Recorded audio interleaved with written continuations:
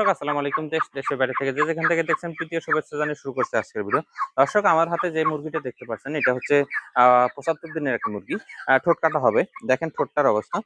এই ঠোঁট দিয়ে কিন্তু অন্য মুরগিকে যখন কামড় দেয়, ঠোক দেয় তখন কিন্তু ওই মুরগিটার ক্ষতি হয়।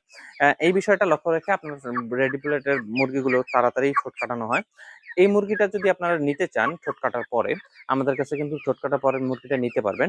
আমরা এই মুরগিটা সেল করব কারণ আমাদের অনেক ব্যাচ আছেন সেখান থেকে আমাদের কিছু মুরগি সেটে উঠবে, ডিমের জন্য উঠবে, আর কিছু মুরগি সেল হবে।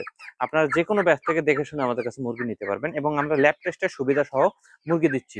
এই কথা আপনারা আরেকটি বিষয় মনে রাখবেন যে মুরগিটা সুস্থ সবল আছে কিনা সেগুলো বিষয়, পা, তারপরে আপনার এখানকার মাড়ের হাড্ডিটা, তারপর মোল, এই বিষয়গুলো দেখে কিন্তু আপনার সুস্থ সবল মুরগি চিনতে পারবেন।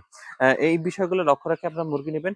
আমাদের কাছে যদি মুরগি নিতে চান স্ক্রিনে দেওয়া নাম্বার থেকে যোগাযোগ করতে, এখানে এসে দেখে শুনে মুরগি নিয়ে যেতে পারবেন। ভালো থাকুন, সুস্থ থাকুন। আসসালামু আলাইকুম।